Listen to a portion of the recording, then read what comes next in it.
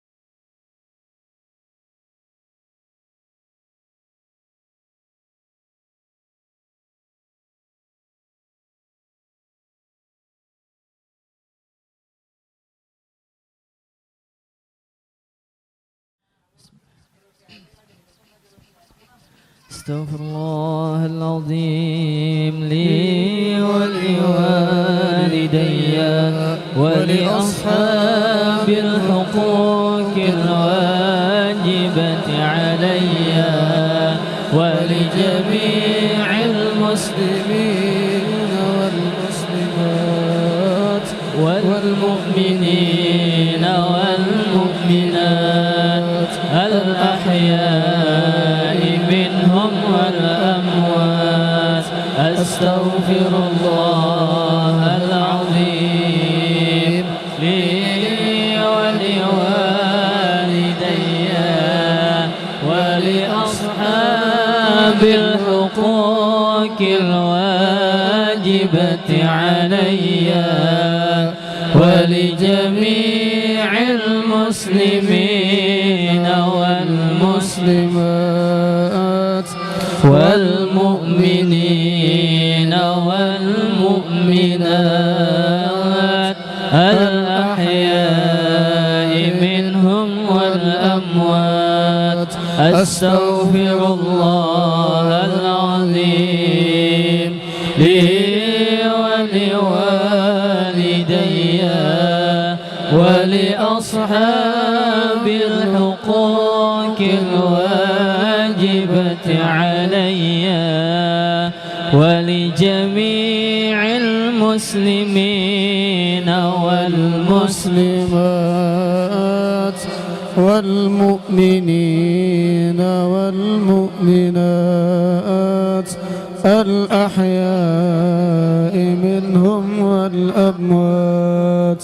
إلى حضرة النبي المصطفى رسول الله صلى الله عليه وسلم خصوصا للإمام عبد الرحمن التبعي شيء لله لهم الفاتحة. أعوذ بالله من الشيطان الرجيم. بسم الله الرحمن الرحيم. الحمد لله رب العالمين الرحمن الرحيم مالك يوم الدين إياك نعبد وإياك نستعين اهدنا الصراط المستقيم صراط الذين أنعمت عليهم غير المغضوب عليهم ولا الضالين آمين. يا ربي صل على محمد يا ربي صل عليه وسلم يا ربي صل على محمد يا ربي صل عليه وسلم يا ربي صل على محمد يا ربي صل عليه وسلم يا ربي صل على محمد يا ربي صل عليه وسلم يا ربي بلغ الوسيلة يا ربي خصا بالفضيلة يا ربي وارض عن الصحابة يا ربي وارضى عن السللاء يا ربي صل على محمد يا ربي صل عليه وسلم يا ربي صل على محمد يا ربي صل عليه وسلم يا ربي وارضى عن المشايخ يا ربي فارحم والدينا يا ربي وارحمنا جميعا يا ربي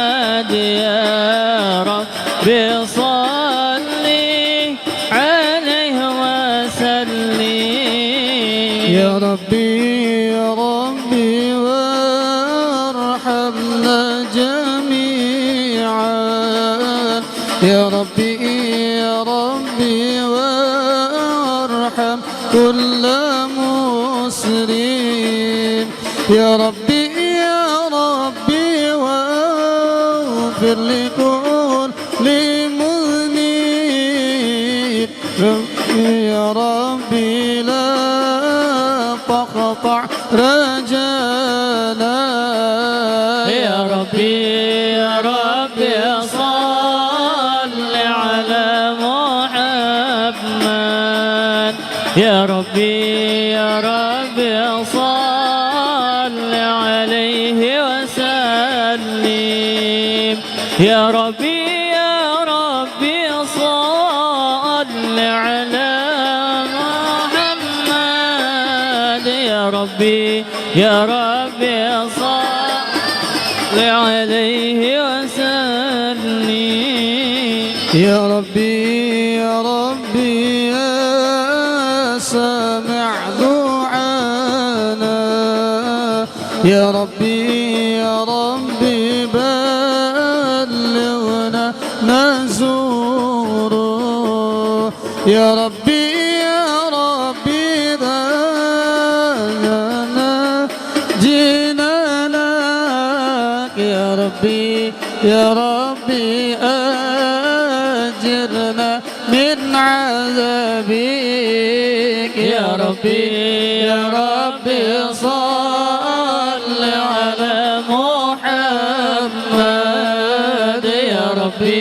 يا ربي صل عليه وسلم يا ربي صل على محمد يا ربي صل عليه وسلم يا ربي واسكننا جنانك يا ربي أجرنا من عذابك يا ربي وارزقنا الشهادة يا ربي حيطنا بالسعادة يا ربي صل على محمد يا ربي صل عليه وسلم يا ربي صل على محمد يا ربي صل عليه وسلم يا ربي واصلح كل مصلح يا ربي وفي كل مضيء يا ربي نختم بالمشفع يا ربي صل عليه وسلم يا ربي صل على محمد يا ربي صل عليه وسلم يا ربي صل على محمد يا ربي صل عليه وسلم اللهم صل وسلم وبارك عليه وعلى آله بسم الله الرحمن الرحيم لقد جاء جاءكم رسول من أنفسكم عزيز عليه ما عنتم حريص عليكم بالمؤمنين رؤوف رحيم إن الله وملائكته يصلون على النبي يا أيها الذين آمنوا صلوا عليه وسلموا تسليما اللهم صل وسلم وبارك عليه وعلى آله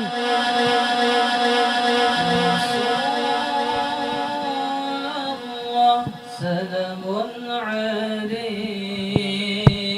عليك يا رفيع الشان والدرج عطفة يا جيرة عالمي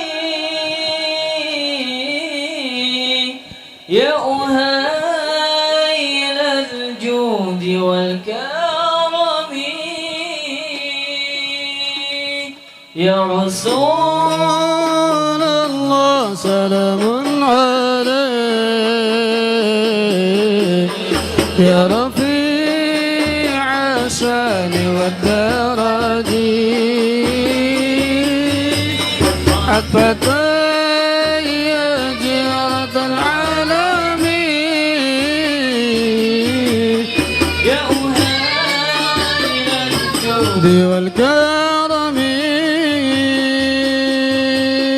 نحن نيران من حرمي حرمي الإحسان والحسن نحن من قوم به سكنوا وبه من خوفهم آمنوا يا رسول الله سلام عليك يا رفيع الشان والدرج عطفة يا جرة العالمين يا أهيل الجود والكرم وبآيات الفريعون أنت إن فينا خلواني تعرفوا البطح وتعريفنا والصفا والبيت خلافنا يا رسول الله سلام عليك يا رفيع الشان والدرج عطفة يا جيرة العالمين يا أهيل الجود والكرم ولنا خير الأنام أبوه وعلي المرتضى حسبه وإلى سبطين لن تسبوا نسب ما فيه من داخلي يا رسول الله سلام عليك يا رفيع الشان والدرج عطفة يا جهرة العالمين يا أهيل الجود والكرم كم إمام بعده خالف ومنه سادات إذا عرفوا وبهذا الوصف قد وصفوا من قديم الدار والزمن يا رسول الله سلام عليك يا رفيع الشان والدرج عطفة يا جيرة العالم يا أهيل الجود والكرم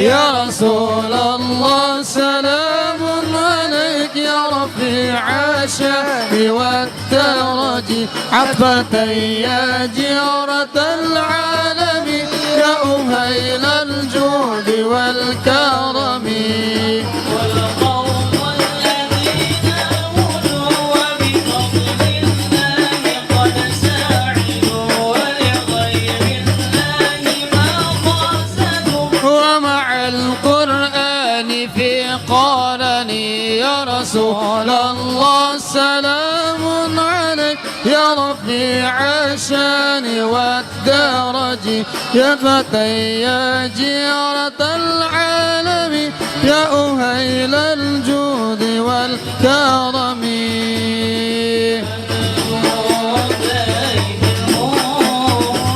صفات عمري هم آمان الأرض فالذاكرين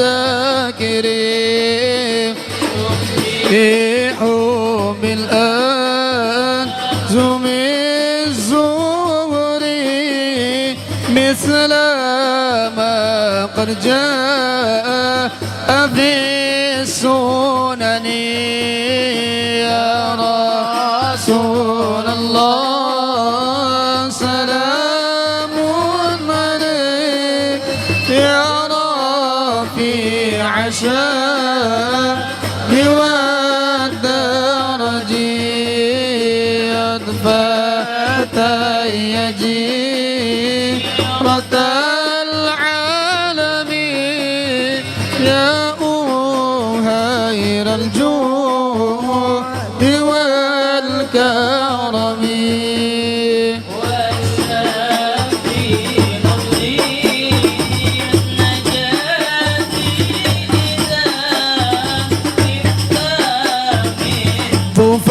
طوفان كل أذى فانجو فيها لا تكون كذا واعتصم بالله واستعيني يا رسول الله سلام عليك يا رفيع الشان والدرج عطفة يا جيرة عالمي يا أهيل الجود والكرم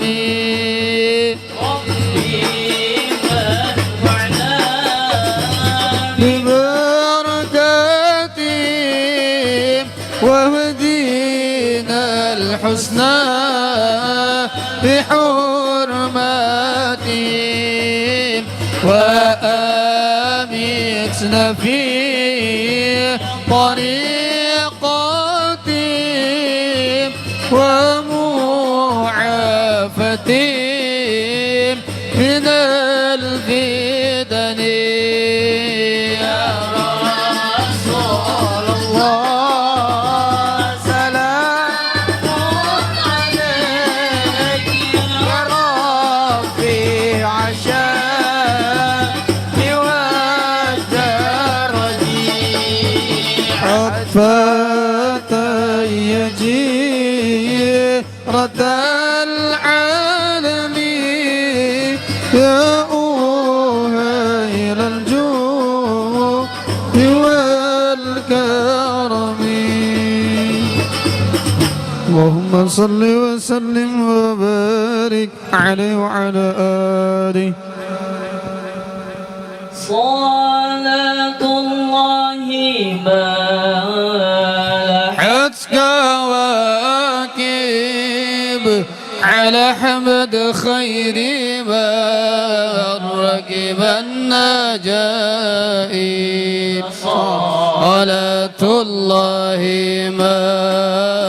ملحت كواكب على حمد خير من صلاة الله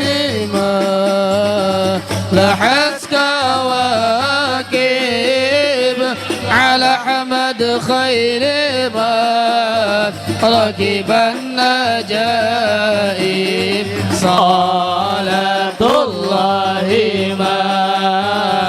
ملحت كواكب على حمد خير من ركب النجائب.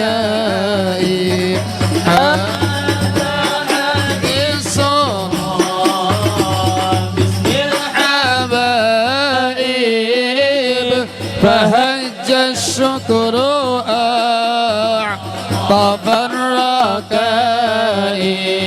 ألم ترها وقد مدت خطاها وسالت من مدامعها سحائب. صلاة الله ملحت كواكب على أحمد خير ما ركب النجائب. صلاة الله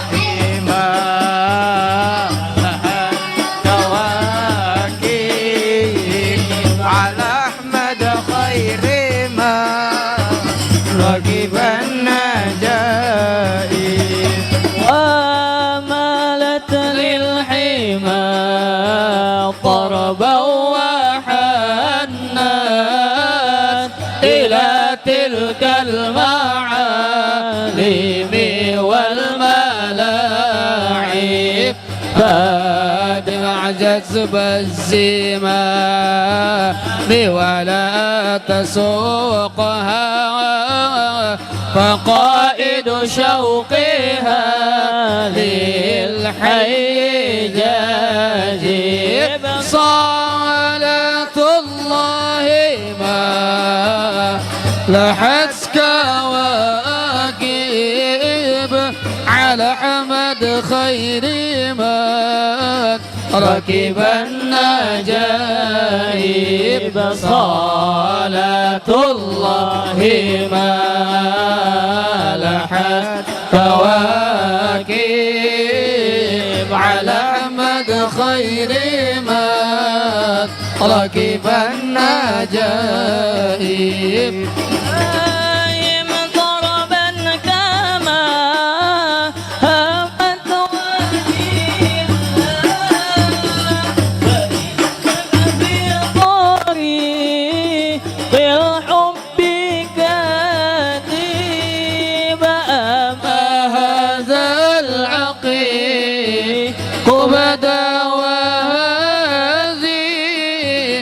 قباب الحي لا حات والمضارب. صلاة الله لحت كواكب على حمد خير من ركب النجائب. صلاة الله لاحت كواكب على حمد خير من راكب النجائب.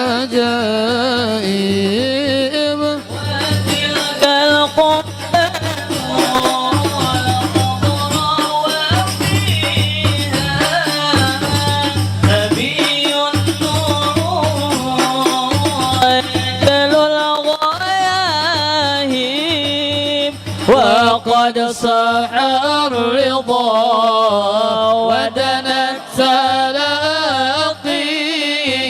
وقد جاء الهنا من كل جانب صلاة الله ما محت كواكب على مد خير ما ركبا نجائب صلاة الله ما لحت كواكب على مد خير ما راكبا نجائب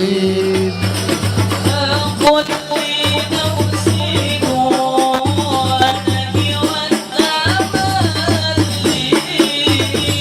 ومدود الحبيب اليوم حجيب تملى بالحبيب بكل قصد فقد حصل الهنا والضد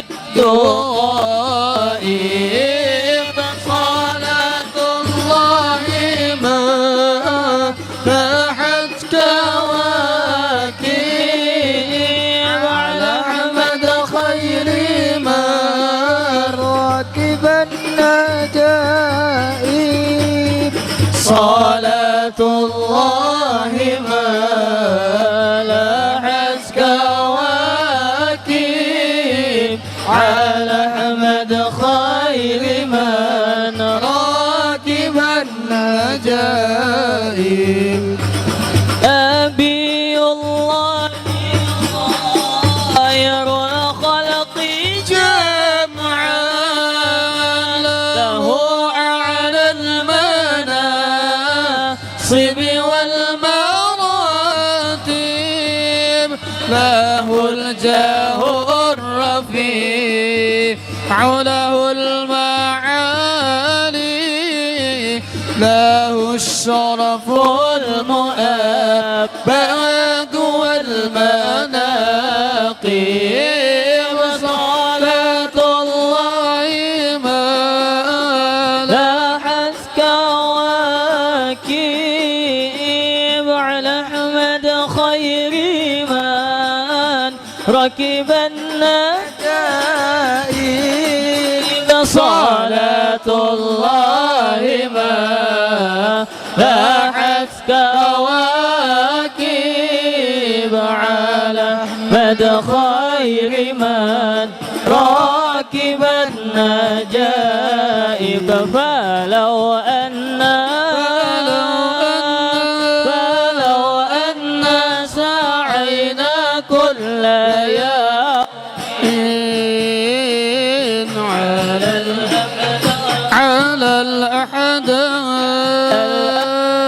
قيل فوق النجائب صلاة الله ما لاحت كواكب على أحمد خير من ركب النجائب ولو أن عملنا كل حين لأحمد مولدا قد كان واجب صلاة الله ما لاحت كواكب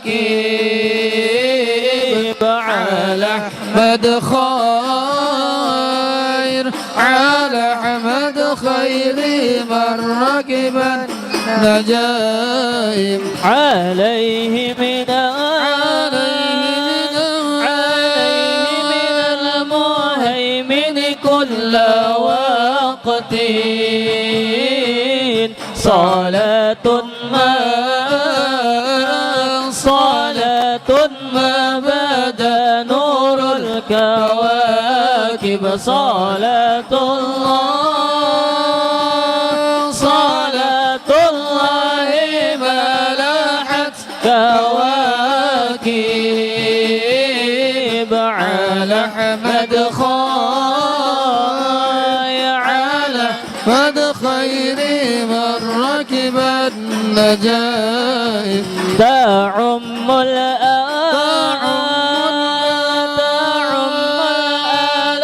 والأصحاب طران جميعهم وعترته الطيب صلاة الله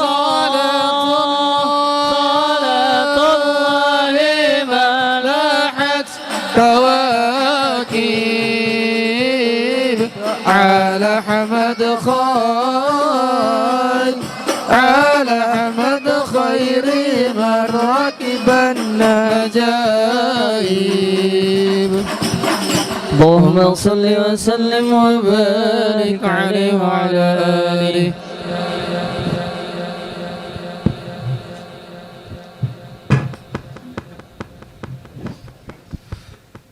صلى عليك الله يا عدناني يا مصطفى يا صفوة الرحمن صلى عليك الله يا عدناني يا مصطفى يا صفوة الرحمن يا بدرأتي من حزكون لك مالي من ذا يعبر عن علاك مقالي صلى عليك الله يا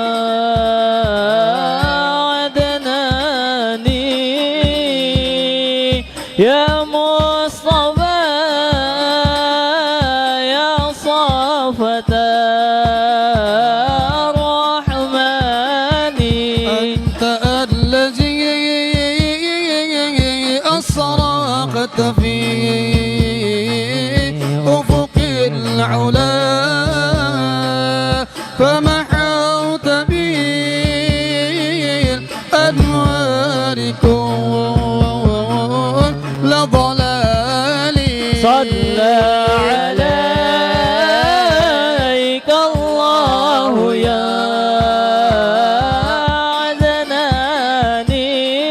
عدناني يا مصطفى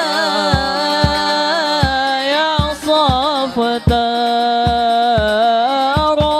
الرحمن وبك استنار الكون يا علم الهدى بالنور والإنعام والإفضال صلى عليك الله يا عدناني يا مصطفى يا صفوة الرحمن صلى عليك الله ربي دائما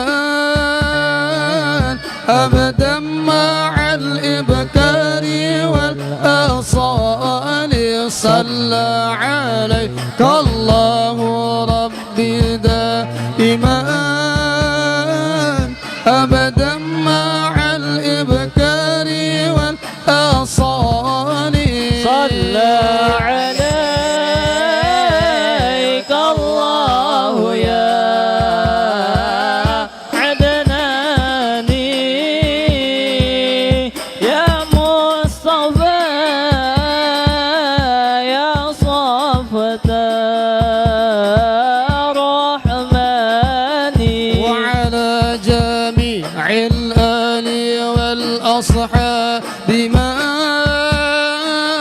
قد خصهم رب العلا بكماله وعلى جميع الآل والأصحاب من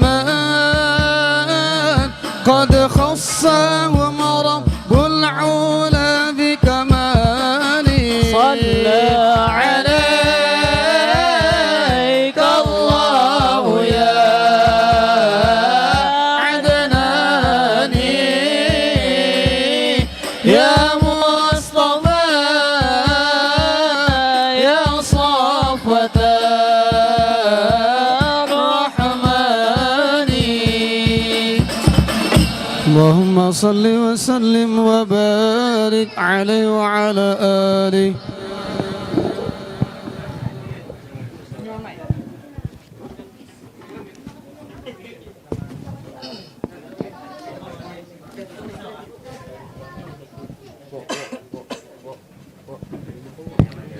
Assalamualaikum warahmatullahi wabarakatuh.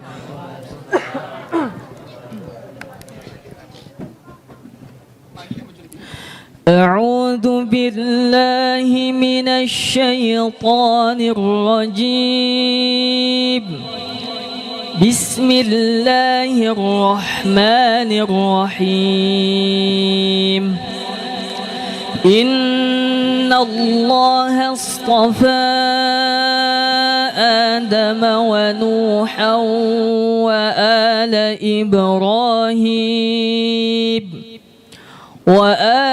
إبراهيم وآل عمران على العالمين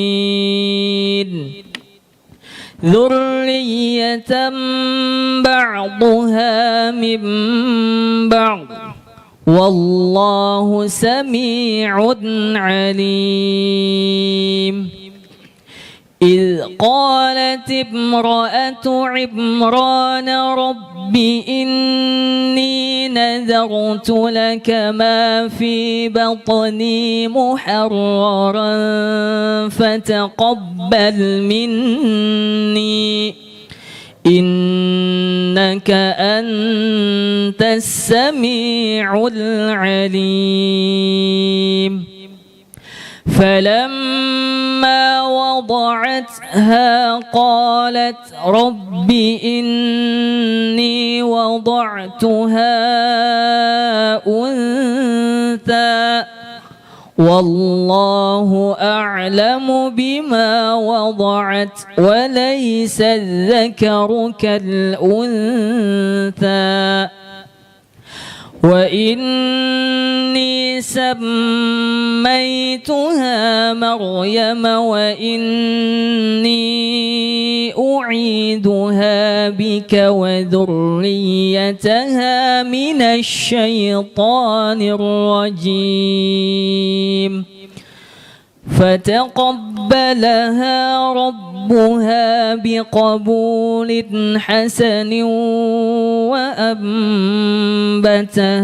نباتا حسنا وكفلها زكريا كلما دخل عليها زكريا المحراب وجد عندها رزقا قال يا مريم أنى لك هذا قالت هو من عند الله إن الله يرزق من يشاء بغير حساب صدق الله العظيم. Assalamualaikum warahmatullahi wabarakatuh. Jadi pada malam hari ini kita bersama-sama melaksanakan acara tasmiyah atau pemberian nama.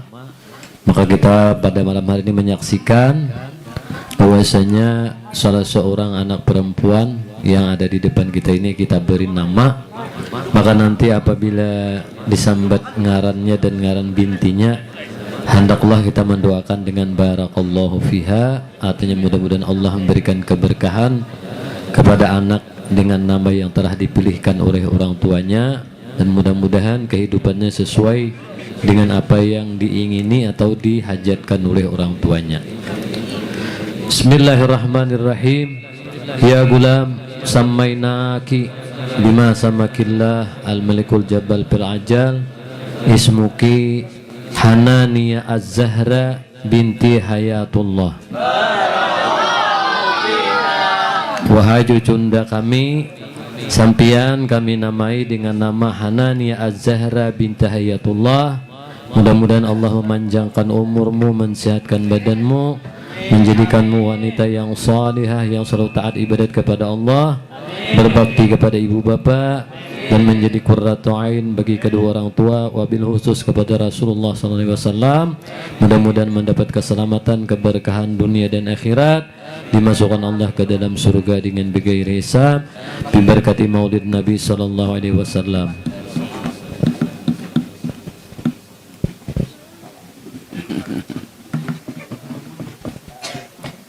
Aneh orang kaya mana ya?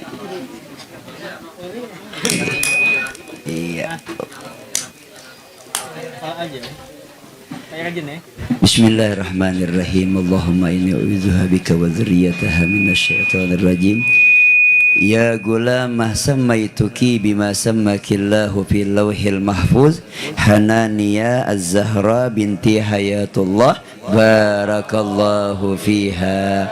Wahai anak perempuan, engkau saya beri nama dengan nama yang telah tertulis di lauhil mahfuz, yaitu Hananiya Az-Zahra binti Hayatullah, barakallahu fiha. Senyum. Al-Fatihah.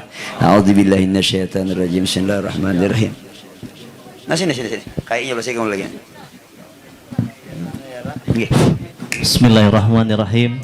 Ya gulamah samainaki bima samakillah, ismuki Hananiya Az-Zahra binti Hayatullah.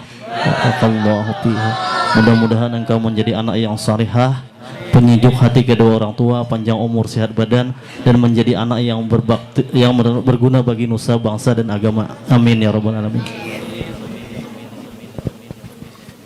Amin. Bismillahirrahmanirrahim. Alhamdulillahirabbil alamin, wassalatu wassalamu ala sayyidina Muhammadin wa ala alihi wa sahbihi ajmain. Allahumma ja'al hadzal isma isman mubarakan laha fid dunya wal akhirah. Allahumma ja'alha min iyali salamah wa yutawwilu umraha fi ta'atillah wa rasulih, wa yahfazuha wa yar'aha bi riayati tamah, wa yaj'alaha minas salihat, abidat, zahidat, zakirin Allah katsiran wa zakirat, wa yahfazuha min syarri الزمان ومن شر أهل الزمان ويعيذها وذريتها من الشيطان الرجيم ويوفقها لكل عمل مرضي وبارة بوالديها وتكون أم المال والعيال بجاه مولى بلال وعلى ما به سلفنا الصالح وإلى حضرة النبي المصطفى صلى الله عليه وسلم. اللهم رزقها وإيانا طول العمر وحسن العمل واليسار. اللهم ارحمها وإيانا رحمتك لعبادك الأبرار. اللهم اجعلها من أهل العلم والخير ولا تجعلها من أهل السوء والضير. اللهم فقهها في الدين وعلمها التأويل. اللهم فقهها في الدين وعلمها التأويل. اللهم فقهها في الدين وعلمها التأويل. اللهم رزقها فهم النبيين وحفظ المرسلين وإلهام الملائكة المقربين برحمتك يا أرحم الراحمين. ربنا هب لنا من أزواجنا وذرياتنا قرة أعين وارزقنا إماما. ربنا آتنا في الدنيا حسنة وفي الآخرة حسنة وقنا عذاب النار. وصلى الله على سيدنا محمد وعلى آله وصحبه وسلم. الحمد لله رب العالمين.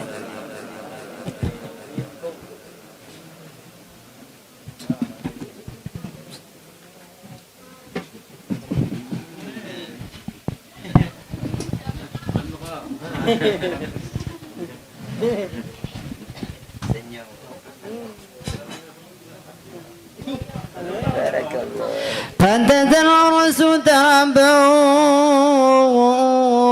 واستبصارا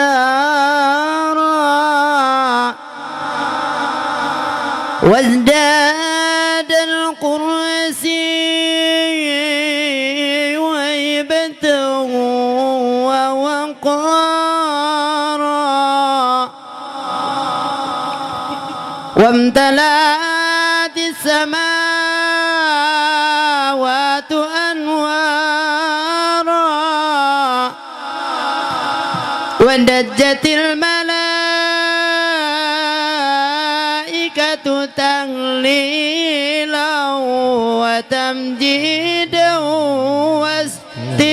واستغفارا سبحان الله والحمد لله ولا إله إلا الله والله أكبر سبحان الله والحمد لله ولا إله إلا الله والله أكبر سبحان الله والحمد لله ولا إله إلا الله والله أكبر ولم تزل أمه ترى أنواعا من فخره وفضله إلى نهاية تمام حمله فلما استد بها الطلق بإذن رب القلم ودعت الحبيب صلى الله عليه وسلم ساجدا شاكرا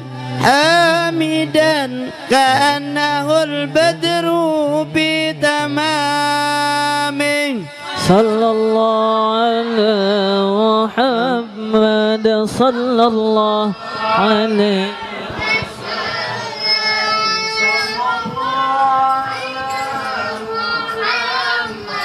يا ربي صل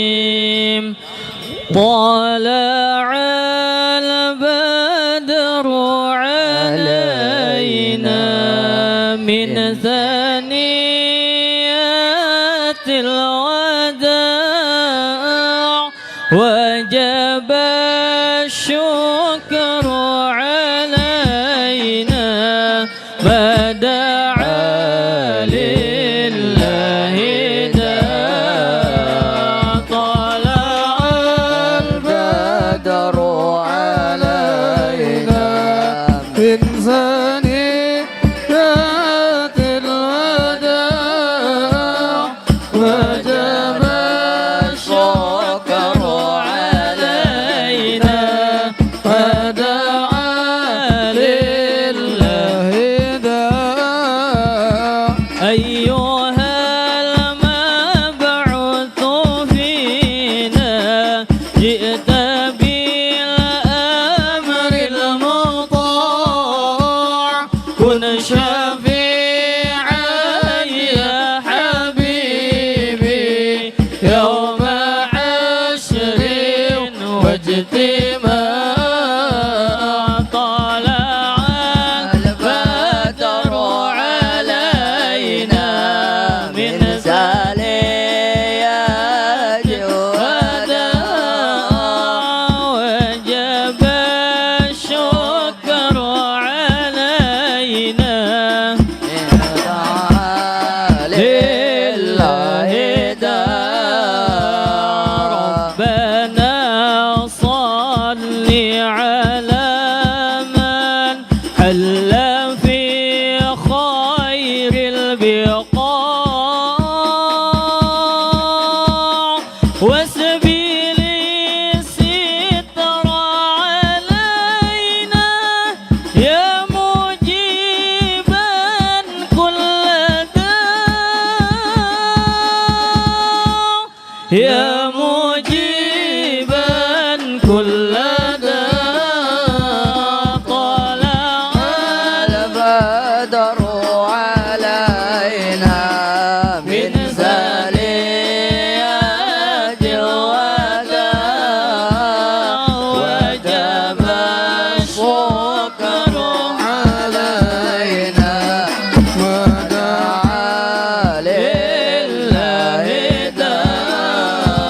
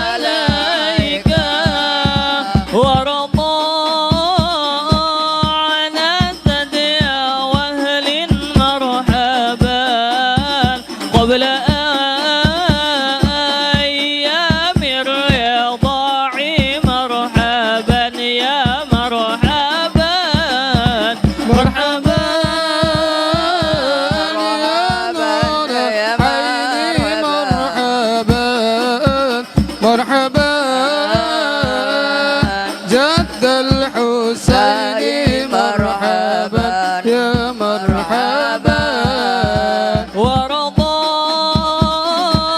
عن أسد وصل مرحبا دائما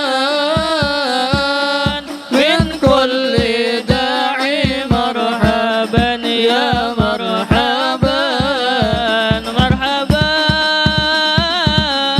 يا نور عيني مرحبا مرحبا جد الحسين مرحبا يا مرحبا ربي فارحمنا جميعا مرحبا في جميع الصالحات مرحبا مرحبا مرحبا يا مرحبا مرحبا يا نور عيني مرحبا مرحبا جد الحسين مرحبا مرحبا مرحبا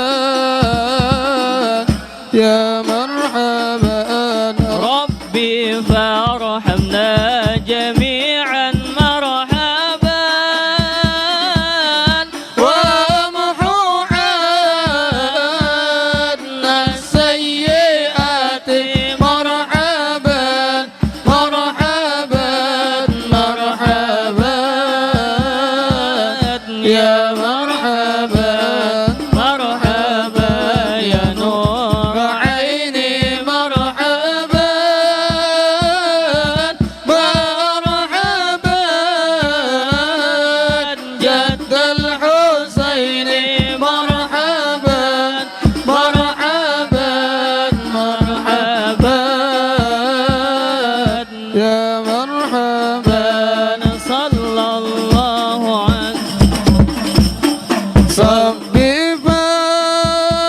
فارحمنا جميعا بجميع الصالحات ربي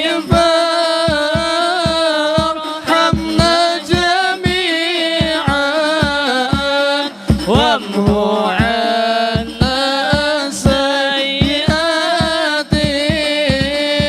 صلى الله على محمد مرحبا صلى الله عليه وسلم مرحبا صلى الله على محمد مرحبا يا ربي صل وسلم مرحبا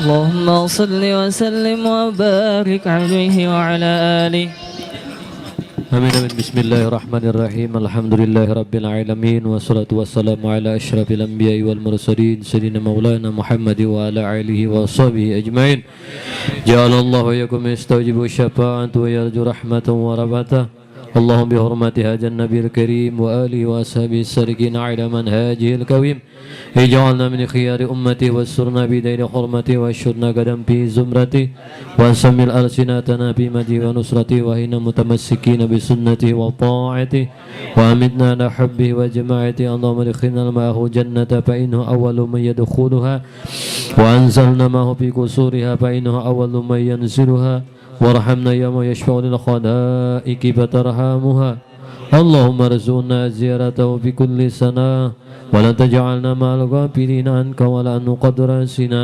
اللهم لا تجعل بمجلسنا هذا عدد إلا كسلت بما التوبة ذنوبا وسترت برداء المغفرة عيوبا اللهم إنه كان معنا في السنة الماضية إخوان منعهم القضاء عن الوصول إلى مثلها فلا تحرمهم من ثواب هذه الساعات وفضلها اللهم ارحمنا إذا سرنا من أصحاب القبور اللهم ارحمنا إذا سرنا من أصحاب القبور اللهم ارحمنا إذا سرنا من أصحاب القبور ووفقنا لعمل صالح قصنا على ممار الدور اللهم اجعلنا لآدائك الذاكرين ولنعميك الشاكرين واليوم لقائك من الذاكرين وهنا بطاعتك مشغولين وإذا توفيتنا فتوفنا غير مفتونين ولا مخذولين واختم لنا منك بخير أجمعين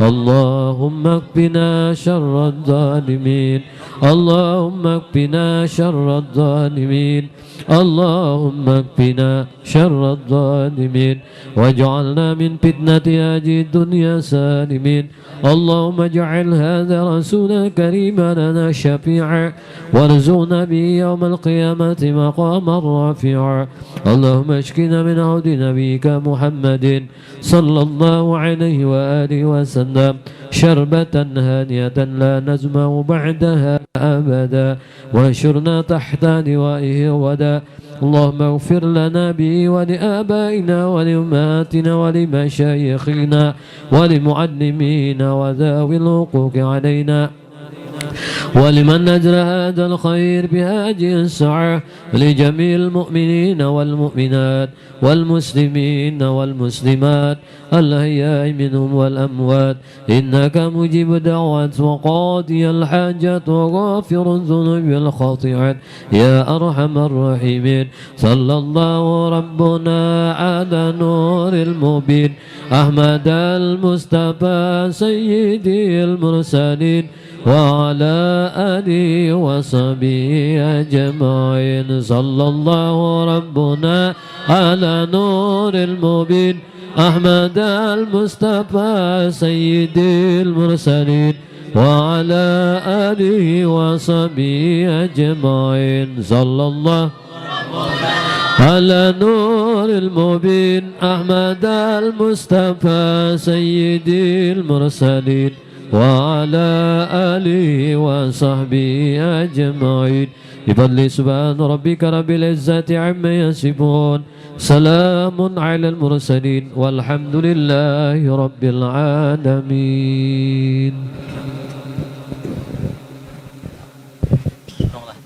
Acaranya deh. Assalamualaikum warahmatullahi taala wabarakatuh. Alhamdulillahi nahmaduhu wa nastaghfiruh wa na'udzu billahi min shururi anfusina wa min sayyiati a'malina may yahdihillahu fala mudhillalah wa may yudlilhu fala hadiyalah asyhadu an la ilaha illallah wa asyhadu anna muhammadan abduhu wa rasuluh la nabiyya ba'dah amma ba'du. Yang kami hormati dan muliakan Kiai Haji Ubaidillah Ali selaku pengasuh Pondok Pesantren Darut Tadhir dan Khadim Majelis Zikir At-Ta'un. Yang kami hormati bapak-bapak alim ulama, guru-guru agama beserta hadirin hadirat sekalian yang tidak dapat kami sebutkan satu persatu tanpa mengurangi rasa hormat kami.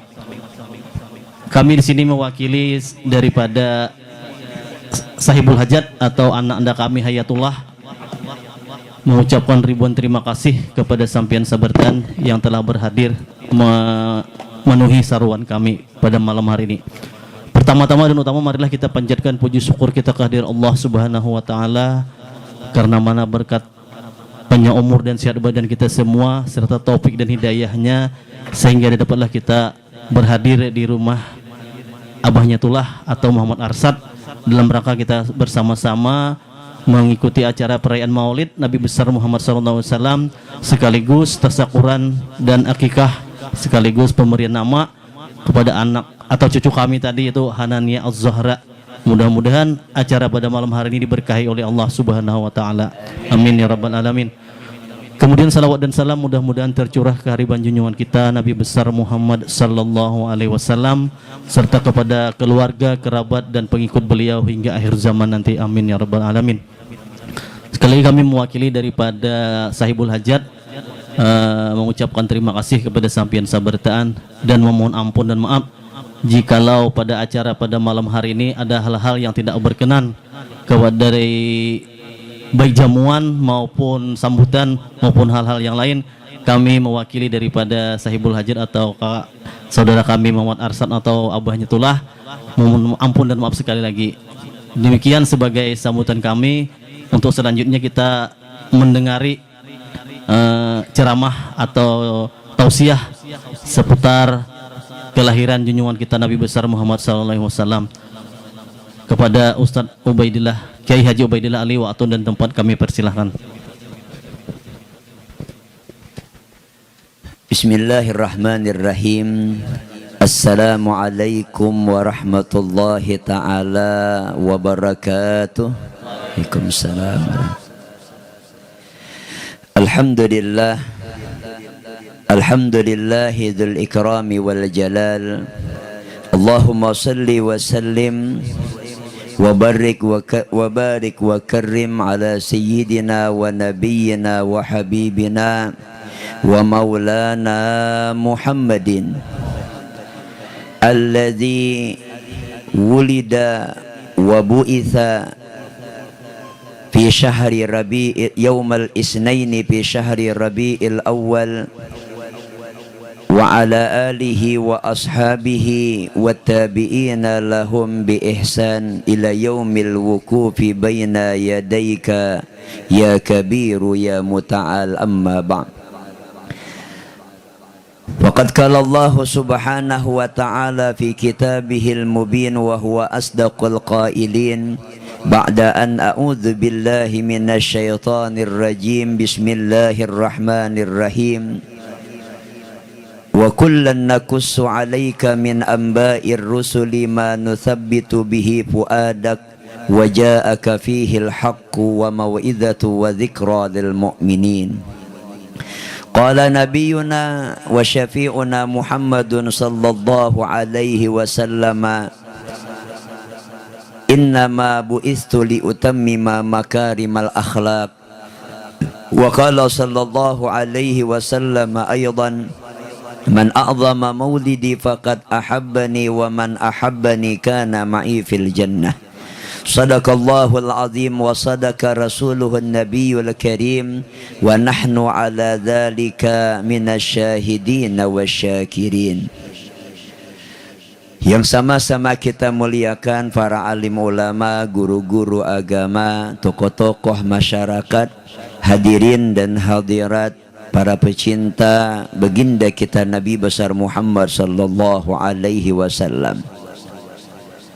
Mari kita sama-sama mengucapkan rasa syukur kepada Allah Subhanahu wa ta'ala atas segala nikmat yang telah Ia berikan kepada kita, dengan mengucapkan alhamdulillah ala nikmatis sihhah, alhamdulillah ala nikmatil umri, alhamdulillah ala nikmatil afiyah, alhamdulillah ala nikmatit taufiqi wal hidayah.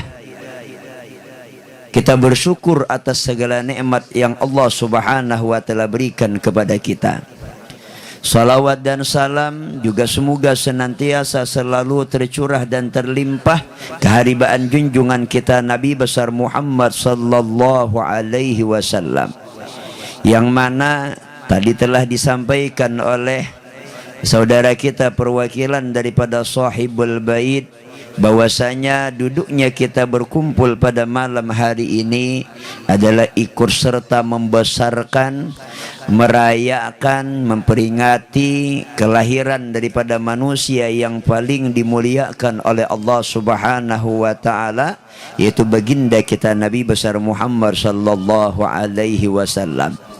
Mudah-mudahan dengan berkat kita memuliakan Nabi, kita semua mendapatkan kemuliaan dari Allah Subhanahu wa ta'ala, baik kemuliaan di dunia dengan diberikan kemudahan, kesehatan, keafiatan, keberkahan dalam rezeki dan kebaikan-kebaikan yang lainnya, ataupun kemuliaan kelak di negeri akhirat dengan mendapatkan keampunan dari Allah Subhanahu wa ta'ala dan dimasukkan ke dalam surga, serta kemuliaan yang paling utama dapat memandang wajah Nabi Muhammad sallallahu alaihi wasallam.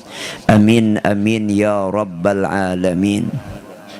Kemudian kita juga mengucapkan terima kasih kepada Sahibul Bait, tuan rumah, yang menyeruani dan mengundang kita, sehingga pada malam hari ini kita dapat mengerjakan berbagai macam ibadah, berbagai macam amal saleh. Di antaranya kita membaca salawat, memuji Nabi besar Muhammad sallallahu alaihi wasallam sebagai bentuk kita mengikuti di antara apa yang dilakukan oleh Allah Subhanahu wa taala dalam ayat suci Al-Qur'an.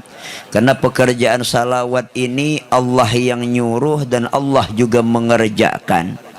Kan kalau sembahyang 5 waktu Allah nyuruh tapi Allah hendak mengerjakan. Mengerjakan menunaikan ibadah haji Allah nyuruh, Allah hendak mengerjakan.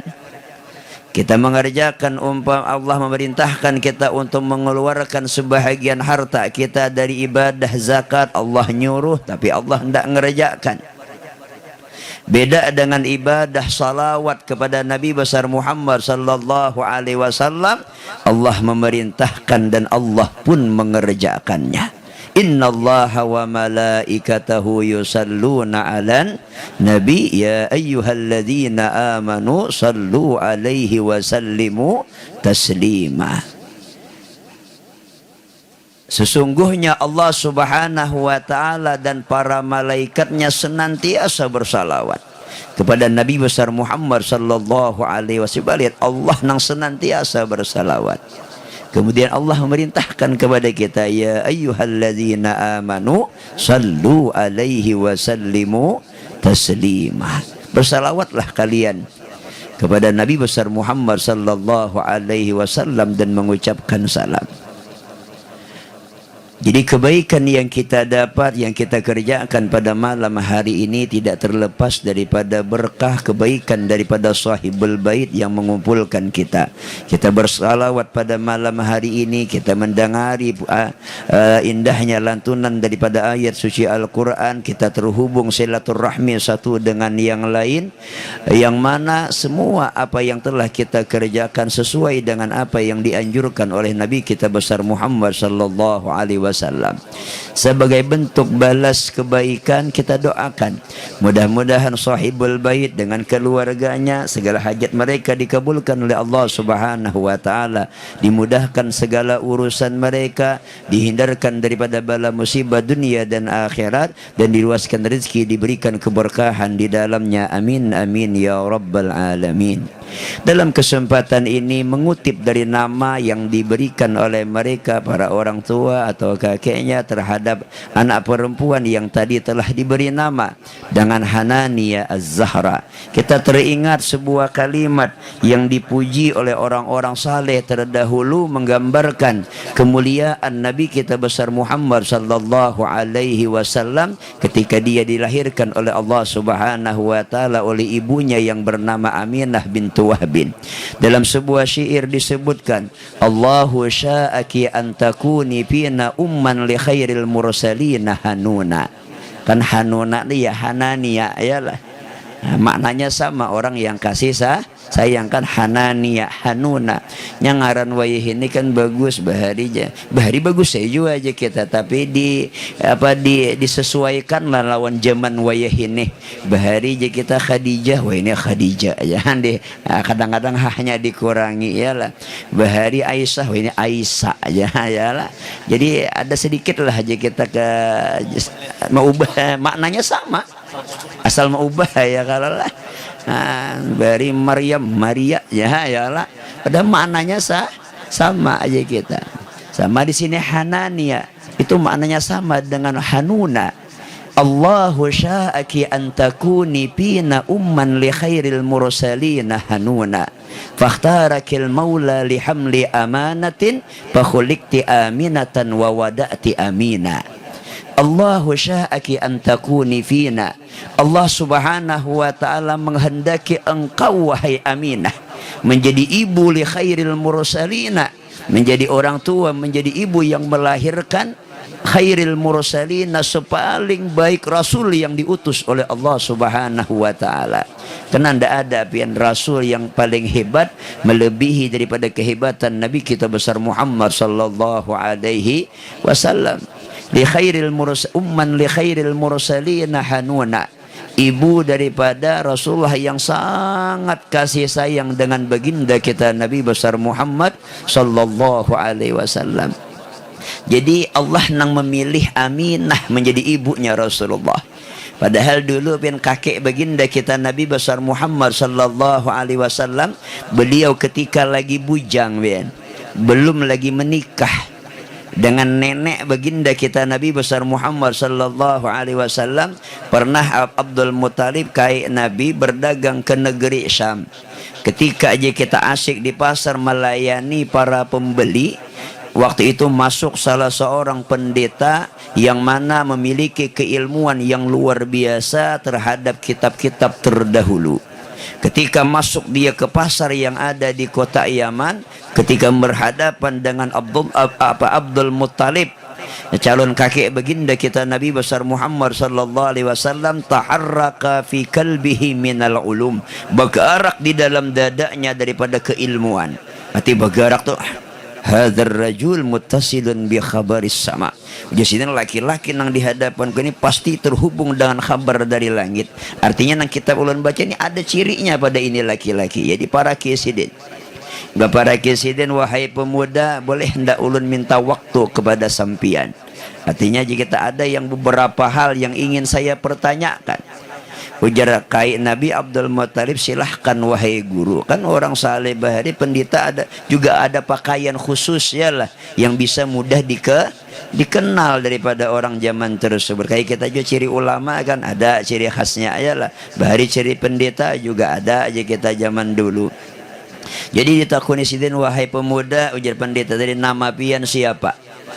Ujar kai Nabi, ulun lebih dikenal dengan panggilan Abdul Muttalib. Abdul Muttalib. Pian orang mana? Betakun pulang nih. Tadi ngaran siapa? Abdul Muttalib. Pian orang mana? Berdagang di sini, asal pian mana? Ujar Abdul Muttalib, ana min Makkah. Nah, di sini pas. Kan karena di kitab itu disebutkan Nabi akhir zaman lahir di Mekah. Nah, cahaya kenabian ada di wajah Abdul Muttalib. Kemudian Abdul Muttalib orang Mekah. Nah, iya. Kemudian pulang, boleh ndak ujar pendeta tadi, ulun menyingkap bahagian kain penutup bagian belakang engkau. Kan hendak melihati tulang sulbi bagian belakang. Ujar kain Nabi apa? Silahkan wahai guru, malam yakun aurah. Silahkan pian buka selama itu bukan aurat. Coba lihat. Padahal ini zaman jahiliyah bian, yang mana orang-orang Quraisy di kala itu ketika tawaf mengelilingi Ka'bah, bahkan sebahagian mereka tidak menggunakan sehelai benang pun menutup batang tubuh mereka. Artinya yatufuna uryanan. Uryanan itu ya tadi kada ada kain yang menutupi awak. Paham? Telanjang bulat bahasa kita. Artinya kada berpakaian sama sekali, jauh daripada menutup aurat sebijian je kita terbuka. Tetapi kakek Nabi kita besar Muhammad sallallahu alaihi wasallam ketika dipinta oleh pendeta tersebut untuk membuka sebahagian kain penutup belakangnya, dia berkata, silahkan wahai guru, malam yakun aurah, asal jangan terbuka aurat ulun. Nah, ini tanda riayatullah. Artinya Allah subhanahu wa ta'ala memelihara kemuliaan Nabi kita besar Muhammad sallallahu alaihi wasallam dengan memelihara kemuliaan kakeknya. Artinya supaya kada membuka aurat, memancar cahaya aja kita anwarun nubuwah di bagian sulbi daripada Abdul Muttalib. Ujar bat ini iya ada nek, di wajahnya ada anwarun nubuwah, di asal usulnya dari Mekkatul Mukarramah. Kemudian di belakang tulang sulbinya ada juga cahaya kenabian. Lalu betakun pulang, nya kan cirinya banyak. Kemudian betakun pulang, wahai Abdul Muttalib, pian dari kabilah mana, suku mana? Pulang ya lah. Ujar Abdul Muttalib, ana min kabilati Bani Hashim. Ulun dari kabilah Banu Hashim. Hah? Kabilah Banu Hashim? Inggih jawab Muttalib. Kenapa jadi bingung sih Den? Ujar pendeta tadi, wa kunna na'lam dzalik min Bani Zuhrah, laisa min Bani Hashim. Yang kami tahu di kitab-kitab terdahulu, Nabi akhir zaman lahir dari kabilah Bani Zuhrah, bukan dari kabilah Banu Hashim. kada sesuai dengan apa yang ada dalam kitab. Di wajahnya ada cahaya kenabian, di tulang sulbinya ada cahaya kenabian. Asal usulnya Mekah sudah pas, karena Nabi akhir zaman lahir di Mekah. Tapi yang salah satu, kenapa dia dari kabilah Banu Hashim bukan dari kabilah Bani Zuhrah? Tapi kan yang namanya tuan guru ini pola pikir panjang, yang kadang-kadang ya kita tidak cepat putus asa, tidak cepat mengambil keputusan. Lalu pikir betakun pulang bahasa. Ujar pendeta tadi, halaka min sa'ah. Min sa'ah itu artinya jam ya lah. Bahasa kita pian wah ini sudahkah kawin? Jadi wayah ini saat itu kan jam wah ini sudahkah kawin? Sekalinya ujar Abdul Muttalib apa lama. Arti lama itu belum, ulun masih bujang ya Abdul Muttalib. Coba lihat cahaya kenabian sudah nampak di dahi kaki Nabi kita besar Muhammad sallallahu alaihi wasallam. Saking nampaknya cahaya anwarun nubuwah Nabi kita besar Muhammad sallallahu alaihi wasallam. Oh, jar pendeta cocok. Pas ya. Kada bapak, kada denang luput, kada denang salah. Ujar pendeta tadi, wahai Abdul Muttalib, di wajahmu ada cahaya kenabian, di tulang sulbimu juga demikian. Kemudian engkau orang Mekah, tetapi kami satu yang tidak cocok dengan engkau. Kami tahu yang kami baca dari kitab terdahulu, Nabi akhir zaman akan lahir dari kabilah Bani Zuhrah. Aku pasan kepada engkau, nanti ketika engkau pada masanya ingin menikah, tolong cari perempuan dari kabilah Bani Zuhrah. Bahasa kita ambil bini dari kabilah Bani Zuhrah supaya sesuai dengan apa yang tertulis di dalam kitab-kitab terdahulu. Kemudian dia pulang ke Mekkatul Mukarramah. Dia ceritakan dengan ayahnya, dengan orang tuanya perihal daripada pembicaraannya dengan pendeta tersebut. Kemudian Abdul Muttalib pun dinikahkan dengan perempuan yang bernama Fatimah dari kabilah Bani Zuhrah. Tetapi kenapa demikian? Abdul Muttalib berharap dialah jadi ayah daripada Nabi akhirus zaman. Tetapi kehendak Allah subhanahu wa ta'ala berbeda. Allah tidak mentakdirkan Abdul Muttalib jadi ayah dari Nabi kita, tapi dia ditakdirkan menjadi Hanuna, ibu bagi sepaling baik Rasul. Hanuna, perempuan yang memiliki kasih sayang. Mudahan kemuliaan Aminah juga Allah berikan kepada putri yang tadi kita beri nama. Amin ya rabbal alamin. Fakhtarakil maula lihamli amanatin fakhulikti aminatan wa wada'ti amina.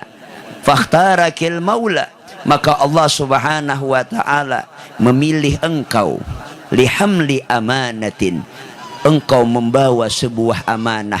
Artinya di dalam rahim daripada Aminah sebuah amanah besar yang akan menjadi rahmat bagi sekalian alam. Wa ma arsalnaka illa rahmatan lil alamin. Coba lihat di dalam rahim Aminah lah Rasulullah dibentuk. Makanya biar ada sebahagian golongan yang tidak beradab dengan Rasulullah.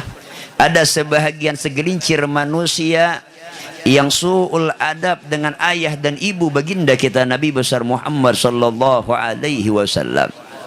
Mereka berpendapat ayah dan ibu Rasulullah sallallahu alaihi wasallam dimasukkan ke dalam api neraka. Ini pendapat yang tidak benar, bian. Ini keluar daripada mulut orang-orang yang tidak paham tentang kedudukan tingginya Nabi kita besar Muhammad sallallahu alaihi wasallam. Bahkan banyak dalil yang mengatakan ayah dan ibu Rasulullah itu pasti dimasukkan oleh Allah ke dalam surga. Di antaranya ada riwayatnya, memang bang pendapat mereka itu ialah, oh Nabi kita belum lagi diutus jadi Nabi dan Rasul, abah mama Nabi wafat dah.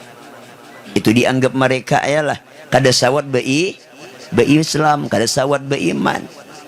Tapi kita ahlu sunnah wal jamaah meyakini ayah dan ibu Rasulullah SAW dimasukkan ke dalam surga.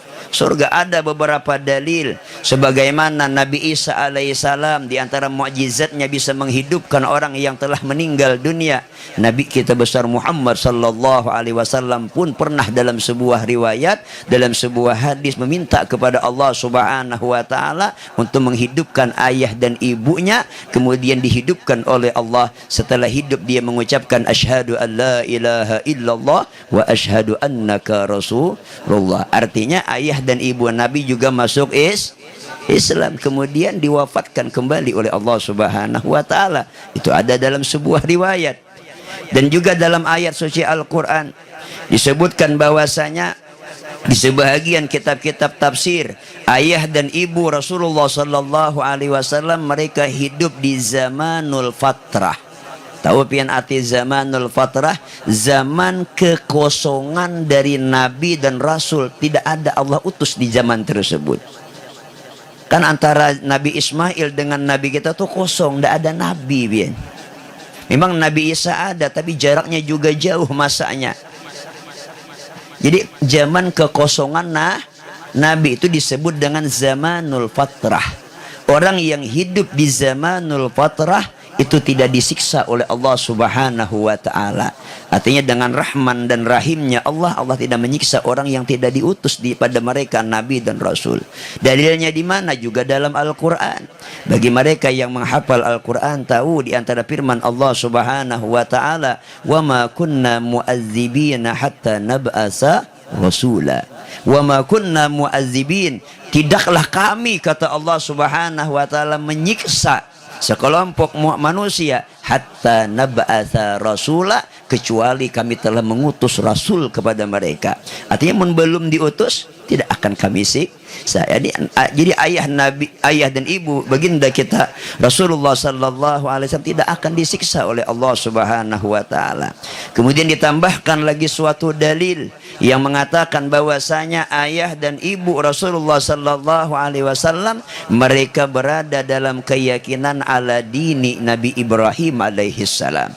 Ada juga pendapat yang lain, sebagaimana itu perkataan daripada ibu baginda kita Nabi besar Muhammad sallallahu alaihi wasallam. Kan mama Nabi juga dalam riwayat pernah berkata, ketika sidin rahatan garing terbaring di kita di desa yang namanya Abwa, yalah, sebelum beliau wafat kan mama Nabi dikuburkan di desa Abwa. Sebelum wafat mama Nabi pernah berkata dalam bait syair yang cukup panjang, ya banalladzi min haumatil himami najabi aunil malikil inami faudi gadan tazfar bisihami bimi'atin minal ibilis sawami fallahu anhaka anil ashami tub'asu fil hilli wal harami ala dini abika Ibrahimi. Coba lihat, ala dini abika Ibrahimi. Artinya Nabi kita ini diutus atas din agama ayah engkau, nenek moyang engkau, yaitu Nabi Ibrahim alaihi salam. Artinya ayah dan ibu Rasulullah, kakeknya Rasulullah, mereka juga memegang atas nama agama daripada Nabi Ibrahim alaihi salam. Kita meyakini bahwasanya ayah dan ibu Rasulullah sallallahu alaihi wasallam pasti dimasukkan ke dalam surga. Kemudian dikuatkan lagi sebagai bentuk perbandingan. Coba bayangkan ayah ibu baginda kita Nabi besar Muhammad sallallahu alaihi wasallam yang membawa amanah, fakhtarakil maula lihamli amanatin. Allah Subhanahu wa taala memilih Aminah untuk membawa sebuah amanah. Fa khuliqti aminatan wa wada'ti amina. Maka Allah menciptakan seorang perempuan yang diberi nama dengan Aminah, wa wada'ti amina, dan seorang perempuan itu pula lah yang melahirkan seorang bayi yang ketika dia jadi dewasa dan besar dan dia diberi gelar dengan Al-Amin. Seorang yang di dalam perutnya, di dalam rahimnya membawa sebuah amanah yang hakikatnya dia menjadi khadam, pembantu baginda kita Nabi besar Muhammad sallallahu alaihi wasallam. Kan ibu Nabi itu jadi pembantu Nabi, ialah untuk Nabi supaya dilahirkan oleh Allah Subhanahu wa taala ke permukaan bumi. Apakah ibu Rasulullah sallallahu alaihi wasallam yang di dalam perutnya terkandung batang tubuh Rasulullah sallallahu alaihi wasallam, yang di dalam rahimnya dibentuk tulang belulang baginda kita Nabi besar Muhammad sallallahu alaihi wasallam, apakah kedudukan ibu Rasulullah lebih rendah daripada anjing, daripada golongan Bani Israel? Kenapa? Karena dalam hadis disebutkan ada salah seorang perempuan pelacur, seorang perempuan penjina, sepulang daripada pekerjaannya yang diharamkan dalam ilmu agama, sepulang di tengah jalan dia mendapati seekor anjing yang sedang kehausan, yang berada di tepi sebuah sumur. Dia kehausan, tidak bisa turun untuk mengambil air minum. Ketika itu lewat perempuan daripada pelacur ini, dia merasa kasihan, merasa maras, Merasa aja kita tidak sanggup memandang aja kita sedih, seekor anjing yang sedang kehausan, dia lepaskan khufnya, dia pacul sepatunya, kemudian dia turun ke dasar sumur tersebut, dia gunakan sepatu atau khufnya, dia ambil air, kemudian dia naik kembali ke atas dan dia kasih anjing tersebut dengan air minum. Dalam riwayat bahwasanya Allah Subhanahu wa taala berkah kasih sayangnya berkhadam mengambilkan air minum bagi seekor anjing daripada golongan Bani Israel, dosanya diampuni oleh Allah Subhanahu wa taala dan dimasukkan ke dalam surga. Coba bayangkan, perempuan pelacur hanya berkhadam dengan seekor anjing, dia dimasukkan ke dalam surganya Allah Subhanahu wa taala. Bagaimana ibu baginda kita Nabi besar Muhammad sallallahu alaihi wasallam yang berkhadam dengan sepaling baik manusia, berkhadam dengan sebaik kekasihnya Allah Subhanahu wa taala, kita meyakini beliau pasti dimasukkan ke dalam surganya Allah Subhanahu wa taala. Mudah-mudahan kita semua juga dimasukkan ke dalam surganya. Amin amin ya rabbal alamin. Fakhtarakil maula lihamli amanatin fakhulikti aminatan wa wada'ti amina. Maka Allah Subhanahu wa taala memilih engkau. Kan arti memilih itu dasar diistimewakan, kada kawa dikehendaki. Banyak orang alim zaman dahulu hendak jadi mama Nabi tapi kada dipilih Tuhan, kada kawa. Kan Abdullah terakhir ya lah, Abdullah sebelum kawin dengan Aminah itu pernah berselisihan bapak pasan dengan dua orang perempuan yang ustajah bahasa kita ini, dua orang perempuan yang cantik, alim pula, ahli kitab. Zaman balik kan disebut ahli kitab, kalau kita ini ustajah. Berselisihan biar kita nak babaya berselisihan haja nang dua bibinian tadi tahu dah memandang wajah Abdullah bin Abdul Muttalib dan dia berkata langsung tanpa keraguan sedikit pun, hadza abun nabi, ini pasti abah nabi akhir zaman. Bebaya berselisihan habian je kita, saking kuatnya aja kita keyakinan mereka dan saking terangnya cahaya di wajah Abdullah bin Abdul Muttalib, hadza abun nabi. Lalu napa imbah memenandu ini abah nabi diparakinya nang berdua tadi bian. Jarnal dari siapa pian? Jarnang Abdullah, ulun Abdullah bin Abdul Muttalib. Kemudian ya dalam riwayat itu salah satu daripada dua perempuan itu ading daripada saudari Warakah bin Naufal. Warakah bin Naufal itu kan mamarina dari Khadijatul Kubra. Ketika Nabi dapat wahyu yang pertama, Iqra bismi rabbikal ladzi khalaq, Khadijah membawa ke rumah siapa? Ke rumah Warakah bin Naufal. Cocok aja dang sanaknya alim, adingnya gin alimnya juga ya lah, sekalipun perempuan. Jadi yang berdua tadi mendatangi je kita Abdullah. Nama pian siapa? Abdullah. Pian hakun lah pilih kawin lawan salah satu dari kami berdua ini. Oh ini nama penawar ya lah. Mungkin kita ada nama menawar ya, lama lintuhut. Coba lihat ya kita, maka sudah bungas ustazah pulang ya lah. Hujan nang badu itu, wahai Abdullah, pian silahkan pilih di antara kami nang badu ini siapa nang ingin pian nikahi, silahkan. Napa jawaban Abdullah? Aku minta maaf ya Abdullah, ulun sudah ditunangakan abah. Ulun dalam semingguan ini insya Allah kawin, kalau bahasa kitanya ya lah, akan menikah dengan seorang perempuan yang bernama Aminah. Jadi masa-masa sudah bertunangan ya lah. Jadi habis itu pen dibujuk, dirayu, kada hakun juga Abdullah. Lalu nang berdua tadi berucap pulang, pian hakun lah berkumpul lawan salah kami, ayo sekali barang kamanakah, atau kabuh parupuk kah, atau pondok kosong kah. Paham ya kalau bahasanya ini untuk 17 tahun ke atas, 18 kah. Artinya kada kawa dengan cara yang halal, dia mencari cara yang haram.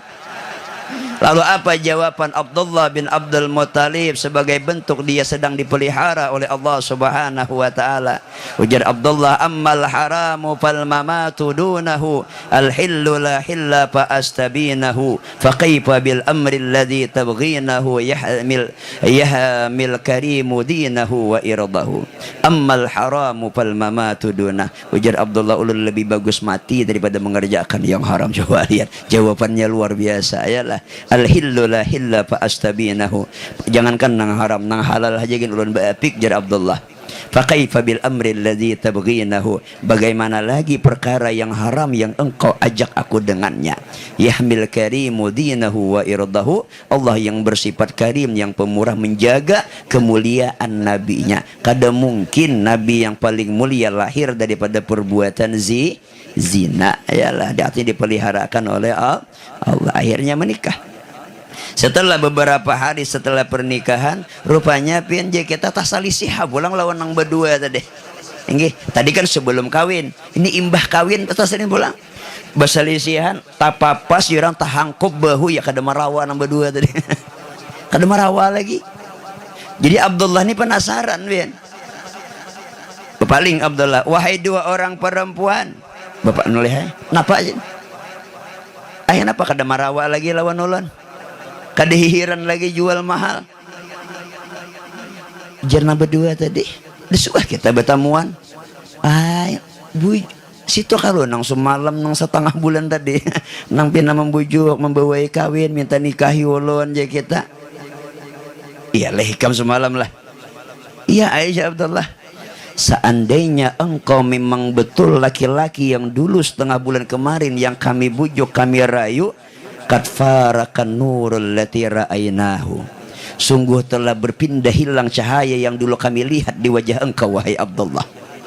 Masa na'ata ba'dal yaum, napa nak ikam gawi dalam beberapa hari tadi? Hal tazawwajta, ikam kawin kah sudah? Inggih ya Abdullah. Nah bujur kawin sudah. Ya jadi dua perempuan tadi, madarakitil karmar'ah, artinya sungguh mulia perempuan yang telah engkau nikahi. Dia tidak sadar bahwasanya dia akan mengandung seorang bayi yang paling dimuliakan oleh Allah Subhanahu wa taala. Wa ma ana bizati ribatin, aku jenang perempuan tadi bukan orang yang ragu. Wa ana bizati hasisatin, dan aku bukan perempuan yang hina. Je berdua tadi, artinya kalau kami membujuk berzina itu kami ada perempuan yang hina. Kami tidak ingin memuaskan hawa nafsu, tidak. Hanya saja kami tahu siapapun yang berhubungan dengan engkau wahai Abdullah, dia akan menjadi ibu daripada manusia yang paling dimuliakan oleh Allah Subhanahu wa taala. Hanya saja kami ingin rahim kamilah dibentuk tulang belulang Nabi akhir zaman, tapi Allah menghendaki lain. Fakhtarakil maula lihamli amanatin, Allah nang memilih aminah untuk membawa mengandung Nabi kita besar Muhammad sallallahu alaihi wasallam. Mudah-mudahan kita juga termasuk orang yang dipilih oleh Allah taala, membawa kebaikan, membawa rahmah, membawa kasih sayang terhadap jiran dan tetangga, suka menolong orang lain, suka aja kita meringankan beban sesama, dan mudah-mudahan kita mendapatkan kebahagiaan dunia dan akhirat. Amin amin ya rabbal alamin. Nah, mungkin ini yang bisa ulun sampaikan. Salah hilap mohon maaf. Wabillahi taufiq wal hidayah wal ridha wal inayah. Assalamualaikum warahmatullahi taala wabarakatuh. Warahmatullahi wabarakatuh. Doa selamat lah. Al-Fatihah. A'udzubillahi minasyaitonir rajim. Bismillahirrahmanirrahim. Alhamdulillahirabbil alamin arrahmanir rahim maliki yaumiddin. Iyyaka na'budu wa iyyaka nasta'in. Ihdinas siratal mustaqim. Siratal ladzina an'amta 'alaihim.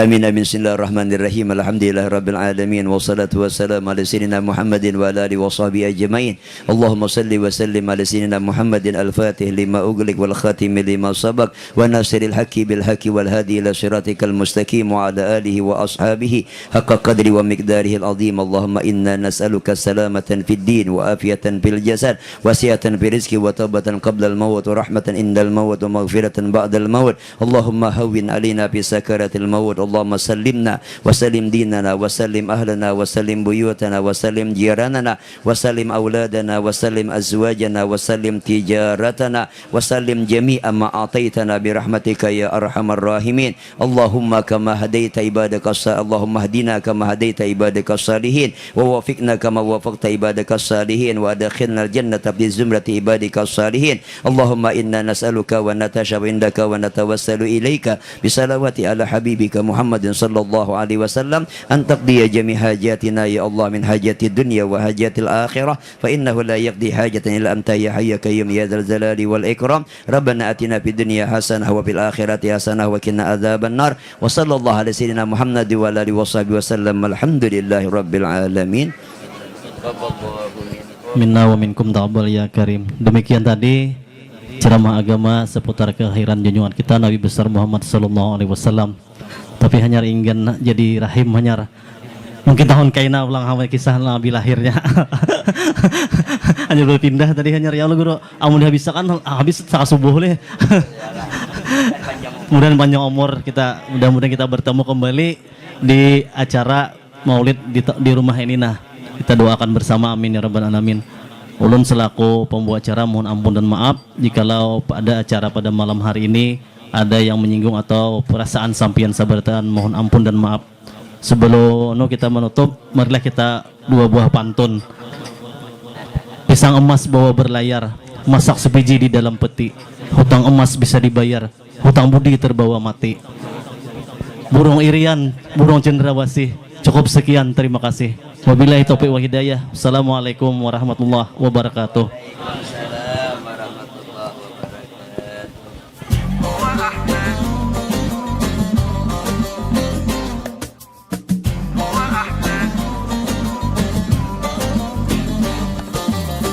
هو أحمد ومحمد قلبي محمد بهديه نتعبد قلبي محمد يا ربي صل عليه ما الطير نحى وبرد ما الطير نحى وبرد وهو النبي الماحي قلبي محمد الوجه كالمصباح قلبي محمد ما حب لام ونادى نادى لكل فلاحي نادى لكل فلاحي هو أحمد ومحمد بهديه نتعبد يا ربي صل عليه ما الطير ناح وغرد هو أحمد ومحمد بهديه نتعبد يا ربي صل عليه ما الطير ناح وغرد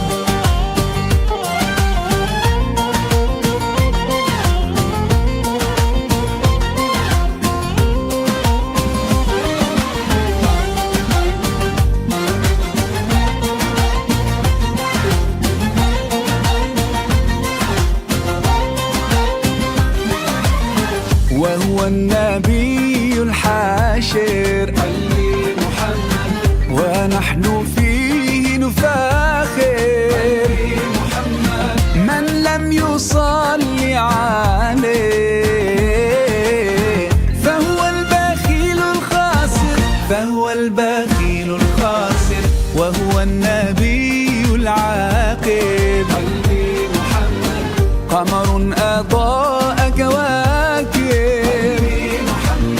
مسك الختام حبيبي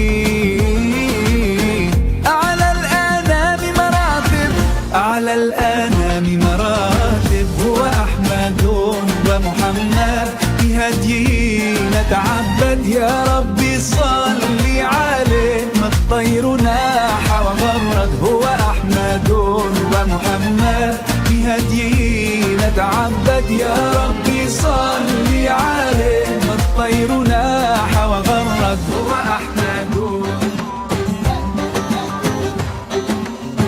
هو أحمد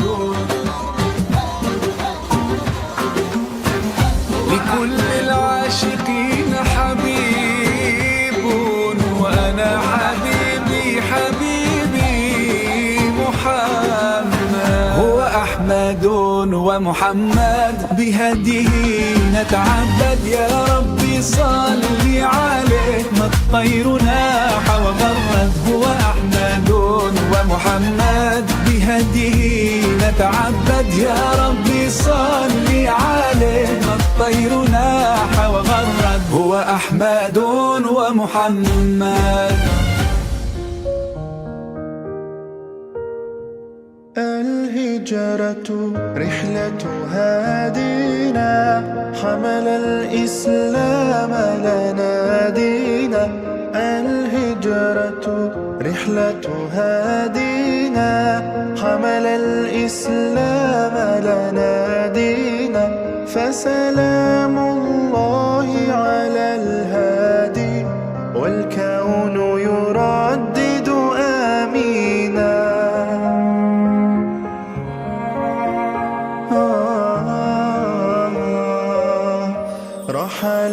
الصديق عن الدار في صحبة خير الأبرار رحل الصديق عن الدار في صحبة خير الأبرار صلوات الله تباركه صلوات الله تباركه ملأ الدنيا بالأنوار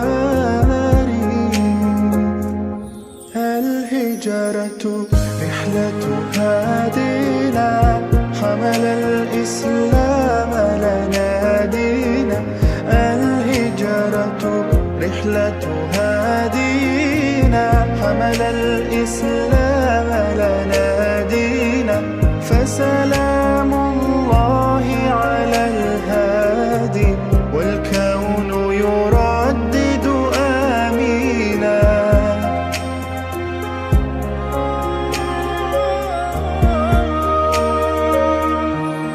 الله تكفل يحميه وعلي أصبح يفديه الله تكفل يحميه وعلي أصبح يفديه وبسر القوم الأشرار وبسر القوم الأشرار بنت الصديق توافيه بنت الصديق توافيه